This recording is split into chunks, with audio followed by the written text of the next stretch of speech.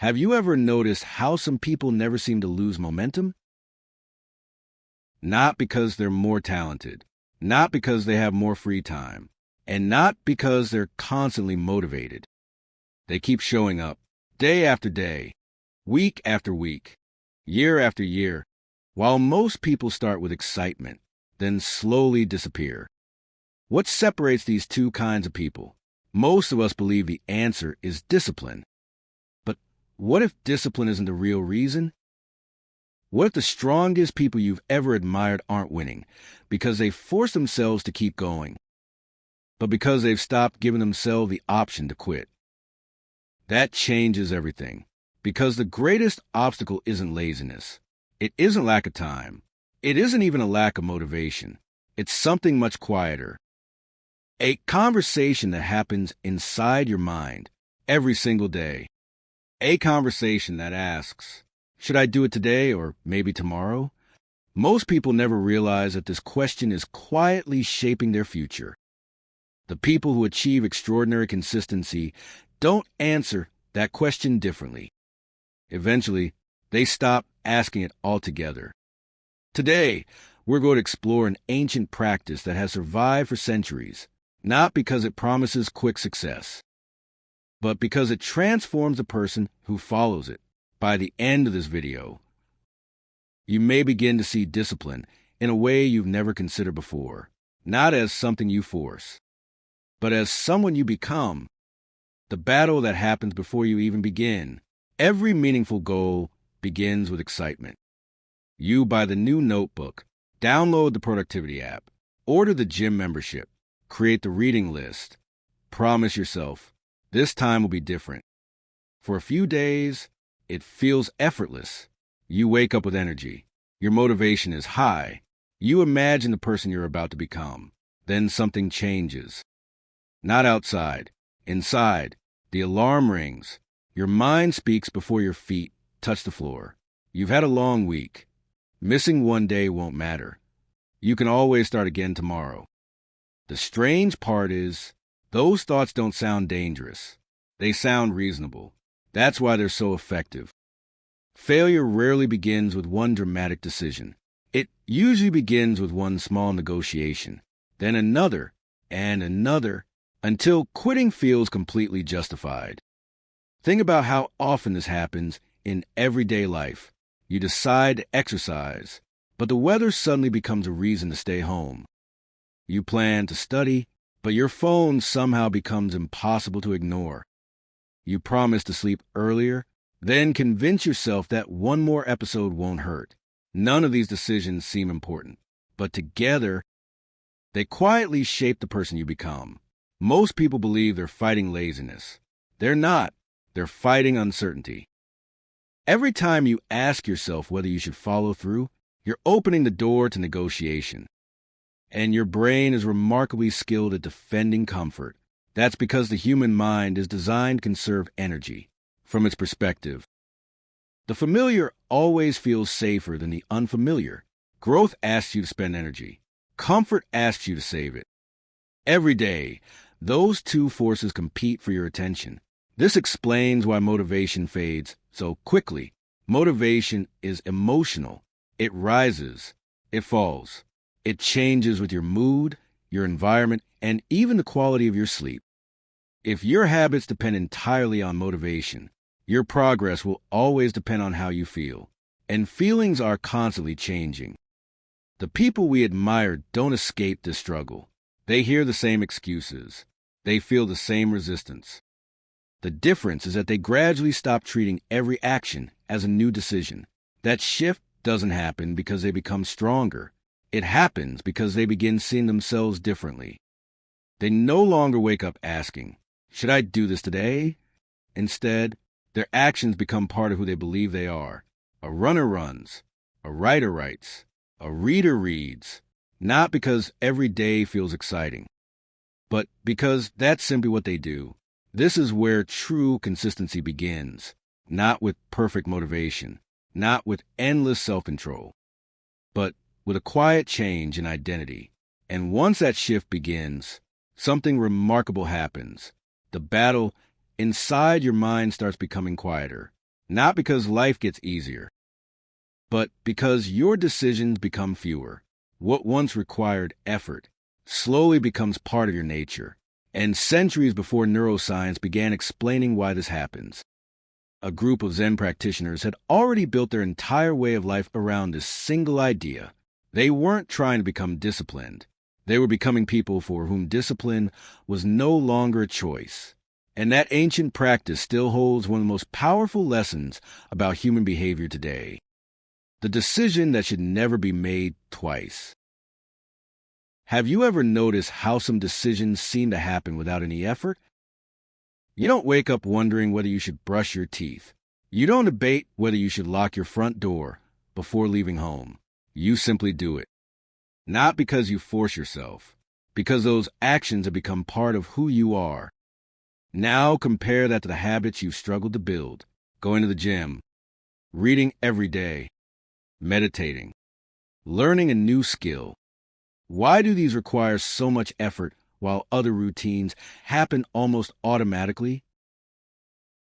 The answer isn't hidden in your schedule. It's hidden in the way your brain treats the decision. Every time you ask yourself, "Should I do it today?" you're unknowingly inviting resistance. The moment a habit becomes optional, your mind begins searching for reasons to postpone it. Not because you're weak, because your brain is designed to avoid unnecessary effort. Comfort is familiar, growth is uncertain, and uncertainty always demands more mental energy. Centuries ago, long before psychologists could study human behavior in laboratories, Zen practitioners discovered something remarkable. They realized that consistency wasn't created by stronger motivation. It was created by removing the need to decide. Every morning, the bell rang. Everyone stood. Everyone practiced. Not because they felt inspired, not because they were in the perfect mood. Because practice wasn't based on emotion. It was based on commitment. No one asked, "Do I feel like doing this today?" That question had already disappeared. At first, that sounds almost impossible. After all, we're taught that discipline means constantly forcing ourselves to make the right choice. But what if the real secret isn't making better decisions? What if it's making fewer decisions? Think about your own mornings. Before you've even left your bed, your mind has already started negotiating. Maybe I'll exercise tonight instead. I'll begin next Monday. Today is too busy. Each thought feels harmless. Yet every negotiation quietly steals a little more commitment. Most people lose their habits long before they skip the action. They lose them the moment they begin debating whether the action still matters. This is why so many goals fade away. Not because people stop believing in them, because they keep reopening the decision. Imagine trying to choose your career every single morning, or deciding every day whether your family still matters. It would be exhausting. Some decisions become powerful precisely because they are no longer questioned. The same principle applies to personal growth. The moment your habit becomes something you simply do, your mind has less opportunity to argue against it. This doesn't make life easier overnight. There will still be mornings when you're tired, days when you're distracted, moments when excuses sound convincing. But something important begins to change. Instead of fighting yourself every day, you start protecting a decision you've already made. That small shift changes everything. Because consistency isn't built by winning the same battle over and over again. It's built by refusing to restart the battle in the first place. One person spends every morning deciding whether to act. Another decided months ago. Both face the same alarm. Only one wastes energy debating it.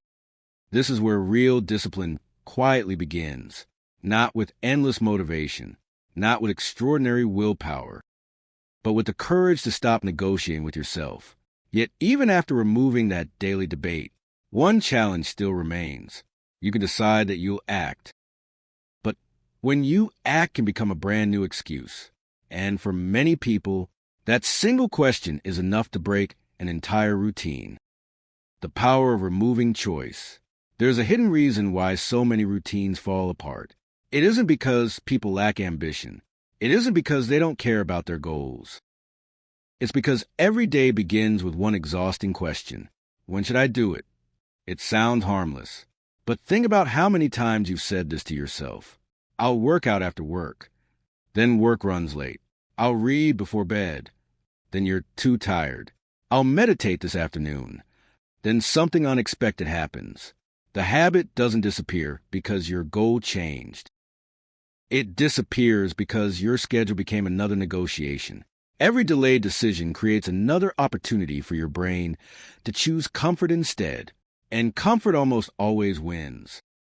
This is something many people misunderstand about discipline. They believe disciplined people have stronger self-control. In reality, they often remove as many decisions as possible. Look at your daily life. You probably don't spend 10 minutes deciding which side of the road to drive on. You don't debate whether to wear a seatbelt every single time you get into a car. Those decisions were made long ago. Now they simply happen. Imagine if every morning you had to decide whether brushing your teeth was worth the effort. Eventually, you'd probably skip it. Not because you dislike clean teeth, because repeated decisions become mentally exhausting. The same thing happens with every habit you're trying to build. Each time you ask, should I do it now or later? You're spending mental energy before you've even started. Your mind becomes tired, not from the habit itself, but from deciding whether the habit deserves your attention today. This is why many successful people create routines that rarely change.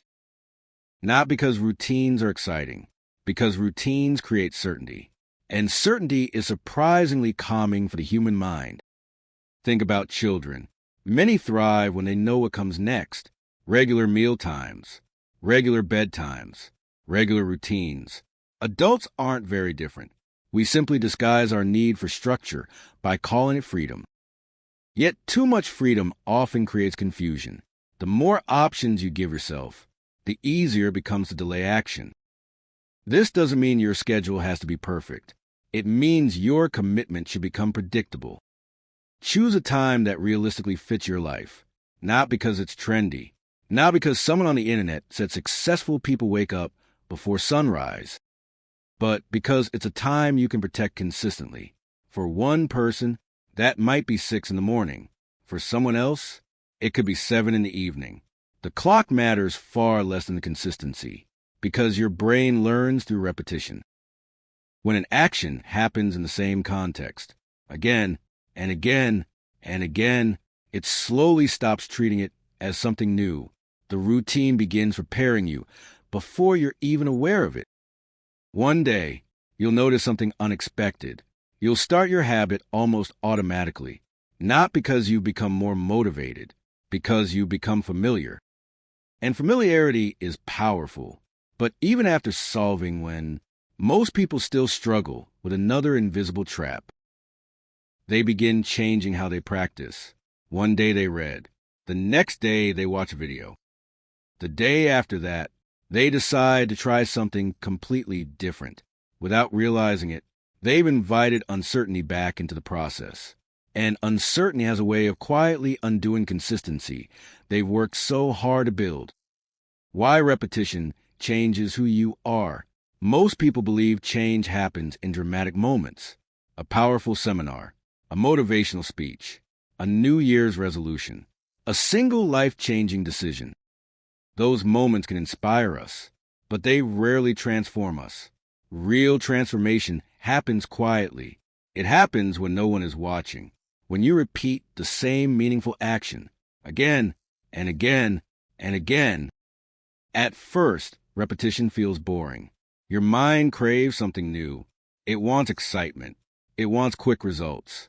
It wants proof that your effort is working. When those rewards don't appear immediately, doubt begins to whisper, is this even making a difference? Maybe there's a better method. Perhaps I should try something else. The temptation to start over can feel stronger than the commitment to continue, not because the routine has stopped working, but because progress is often invisible before it becomes obvious. Think about learning to write. When you were a child, every letter demanded your full attention. Your hand moved slowly. Mistakes were everywhere. Even writing your own name took effort. Today, you don't think about forming each letter. Your hand simply knows what to do. What once required concentration has become natural. The same principle applies to every meaningful habit. Your brain doesn't change because you perform an action once. It changes because you repeat that action until it becomes familiar. Every repetition strengthens a message. This is who I am. Notice the difference. Someone who says, I'm trying to become a reader, still sees reading as something outside their identity. But someone who says, I read every day, has already begun thinking differently. The action is no longer separate from the person. It has become part of them. This is why small habits matter more than dramatic promises. A single workout won't transform your body. One page won't make you knowledgeable. One day of discipline won't redefine your future, but repeated over months. Those small actions quietly reshape the way you see yourself.